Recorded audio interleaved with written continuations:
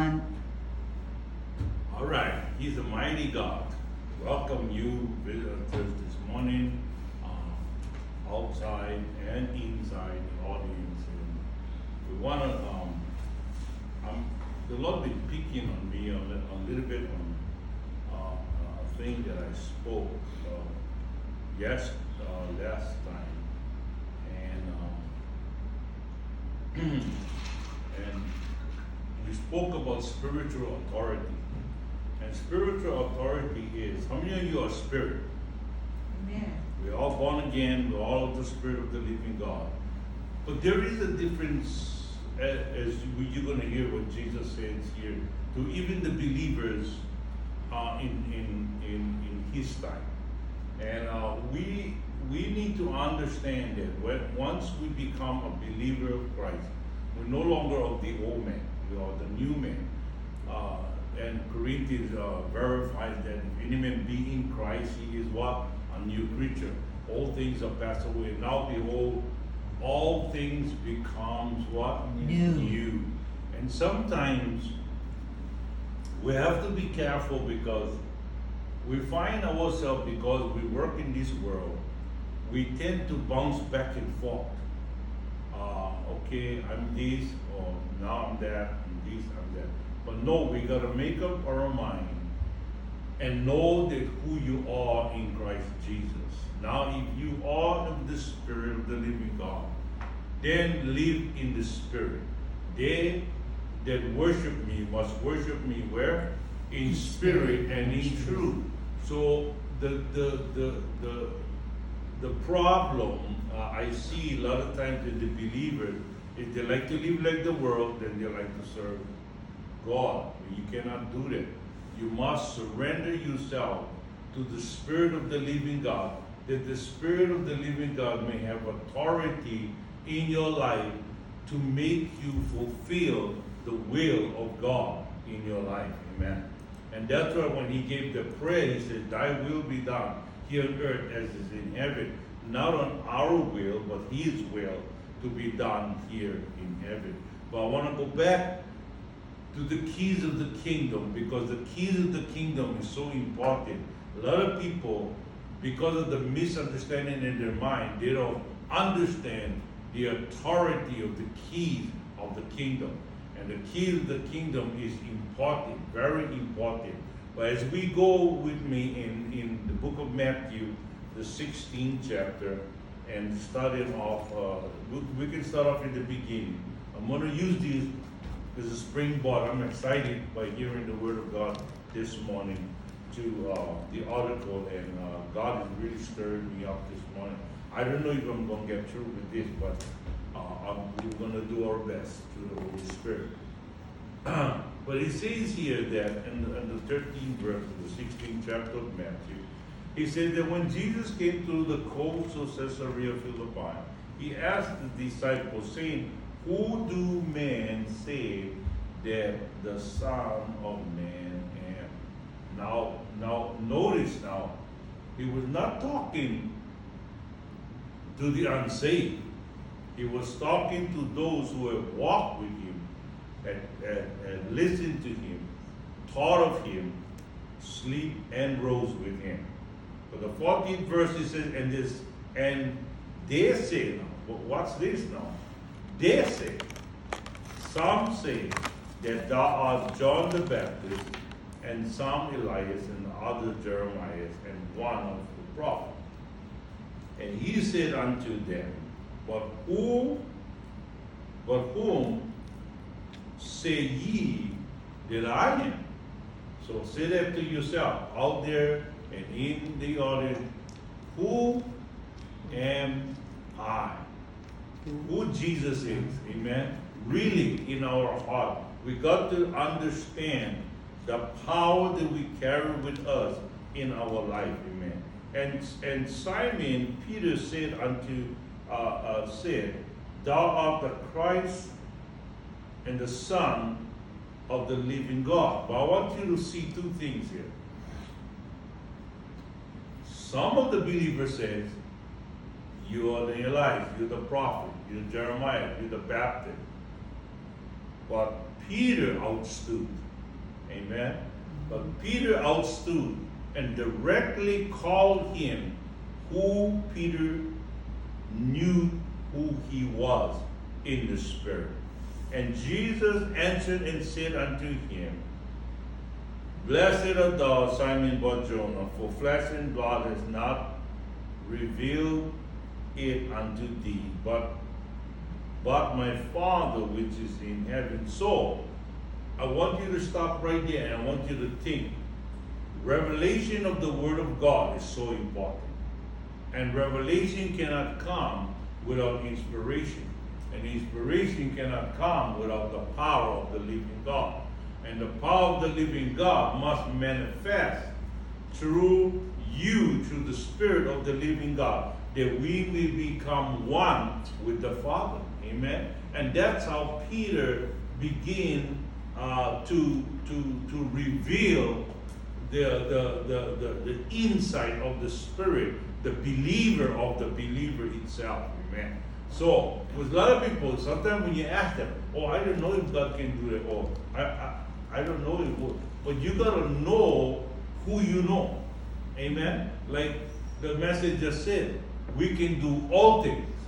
With man it's impossible, but with God it is possible. Amen. Every day we go through testing. I go through every day I see, even in my work test, every day I go through a test.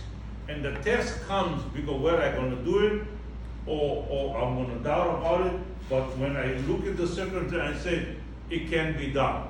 It can be done. Regardless if it's a physical work or a spiritual work or it's a mentality work or it's something that I need to accomplish, it can be done through Christ Jesus. Amen. Because the Jesus that lives in me is greater than he that is in this world. Amen? So anyway, I say here that then I begin to notice that when the article was spoken, part of the message was coming, was clicking to me, because he said that he called the Pharisees the vipers, or the one that sad to see, or the one that cannot see the Spirit of the living God.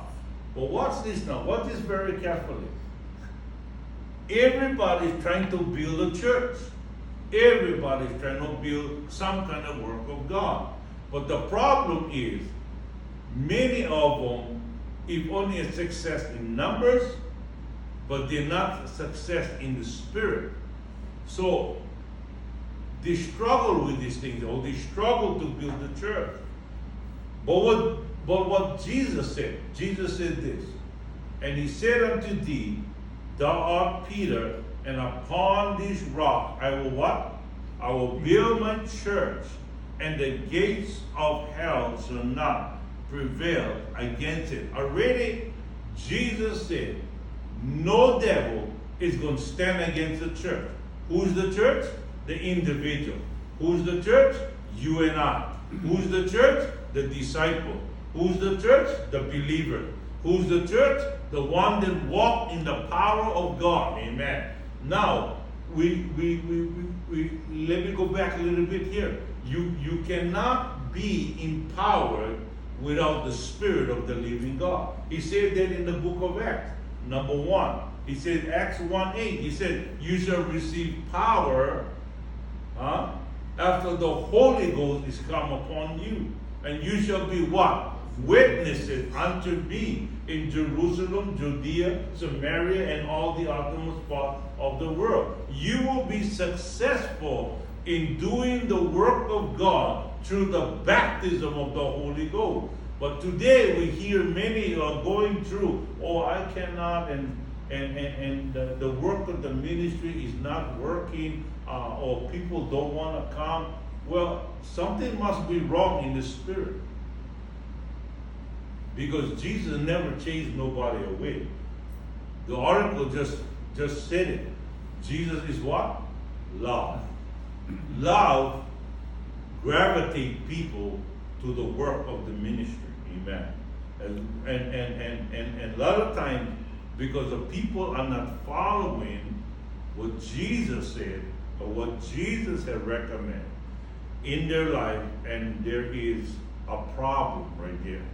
So, in the Holy Spirit, we need to understand people are trying to build the work of the ministry without power. Without power. Without power. You cannot work in this ministry without the Holy Ghost power. This is not a intellectual mind power. This is the power of God through His Word. Amen. Now, He says, I'll build my church, and the gates of hell shall not prevail against it.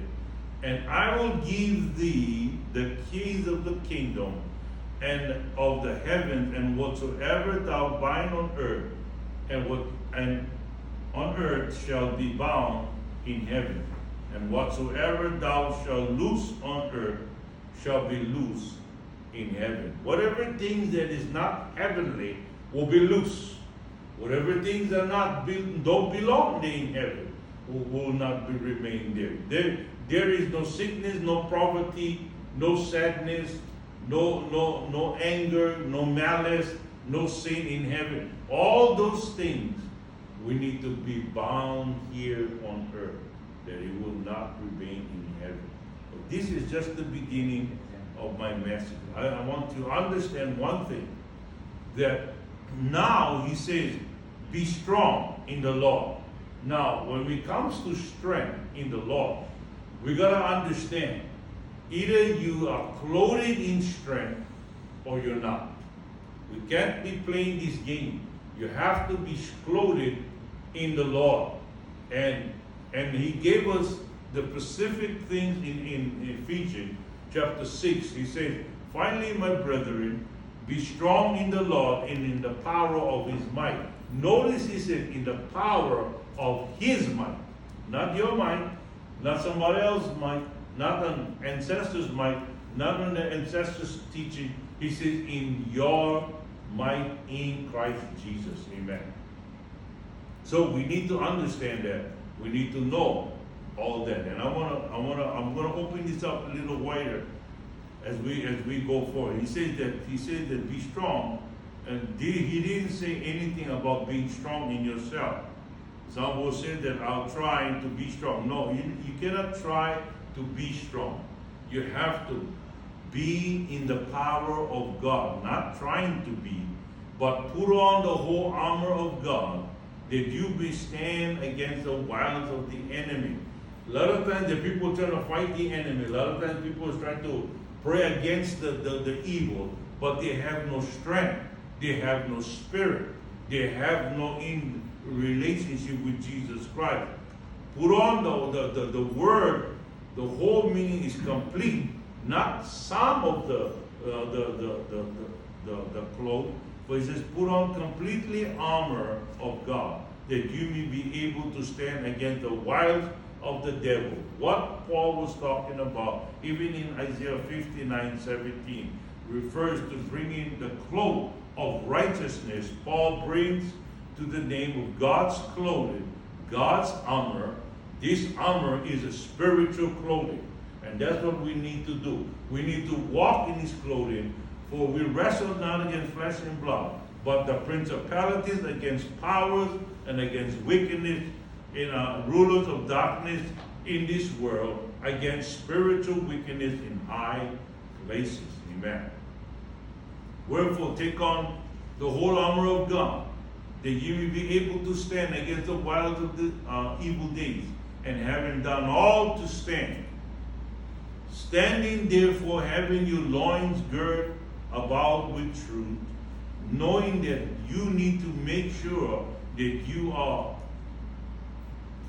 investing the truth in your life, in your belly. Gird up your loins with truth. Now, there's many different significance about girding up your loins with truth. One will even say that if you gird up now, in the world, there is a belt to gird up your loins, and it strengthens your back. If the word of God is strengthened in you, you will not fail in standing against the wiles of the enemy. And again, taking the shield of faith, where is your, we shall be able to quench against all fiery dart of the wicked, and take the salvation of helmet. Make sure you always be wise in thinking of the word and the spirit of the living God and the word of God. But now we want to understand that sometimes sometimes people want to just be strong in their own strength. You cannot. Mind you, in time past, we look at Daniel. When Daniel had the decree from the king that he should not pray, nobody should pray to no other God. The minute he heard that, what Daniel did, opened the windows and began to pray. Daniel knew his strength came from God, not from the earthly king, not from the earthly king. Daniel knew how his strength was coming from. The question is today, do you know where your strength coming in? Outside there, do you know your strength is coming in? There are people are going through suicide situation. There's people, even Christians, going through suicide situation. But I'll tell you something, your strength comes from Jesus Christ. Your strength comes from God. Your strength comes from the Holy Ghost and power. We need to understand that. We got to open the windows and open our eyes and look unto the heavens and pray and understand that God is the way, He's the truth and the life. Amen. Then God will pick you up from where you're weakness, strengthen your body, strengthen your heart, strengthen your spirit, and show you the way in Jesus' name. And now we come even to as they throw Daniel in the pit. What happened? Even the angels came with him and assist with him, and the power that raised on him made the animals become peaceful, became like little pussycats in there. And he used them even for the pillars of his night. And I'll tell you one thing, that the power of God never fails. Here we come. Shadrach, Meshach, and Abednego. They came up to the king, and the king said, we're going to turn these things 7 times harder. Mind you now, when you read this chapter very good, Shadrach, Meshach, and Abednego was so sure in this spirit. Are you sure in your spirit today? Are you sure in your walk today with God? Are you sure in your mind today that the God you serve can pull you out of the fire? Shadrach, Meshach, and Abednego, that they were sure to their God. They said, light them up. Light them up. We know help is coming. So you shouldn't be afraid of going through anything, because God will rescue you. God says that even though the angels will come over you and rescue you. But so they did what they did. They heat up the fire. Shadrach, Meshach, and Abednego was there, thrown in the fire. And when they threw them in the fire, they looked again in the fire, and they found a fourth person walking around with them. And they were in that fire, praising God and just enjoying life. And the God that walked with them, that never let them be burned and never let them be defeated. But God is sure. Let me tell you one thing. God is powerful. God, you should know the God that you serve, because He's able to take you out. Shadrach, Meshach, and Abednego. Man, they set the goal. And even David came against the Goliath. And he didn't come against the Goliath by his own strength, but he came over Goliath, and he told Goliath, I come to you in the name of Jesus, and I come to you in the power of His might. And David took that slingshot, and with the ark that he had already, he used that ark to get to him and stoned him right in the enemy and brought down the enemy in Jesus' name. So let me remind you, Jesus Christ is the same yesterday, today, and forever. Right here as we're filming these things here, right in this same room right here, that we've seen so much miracles that happen. God is still alive. God is still here. God is still present in Hawaii.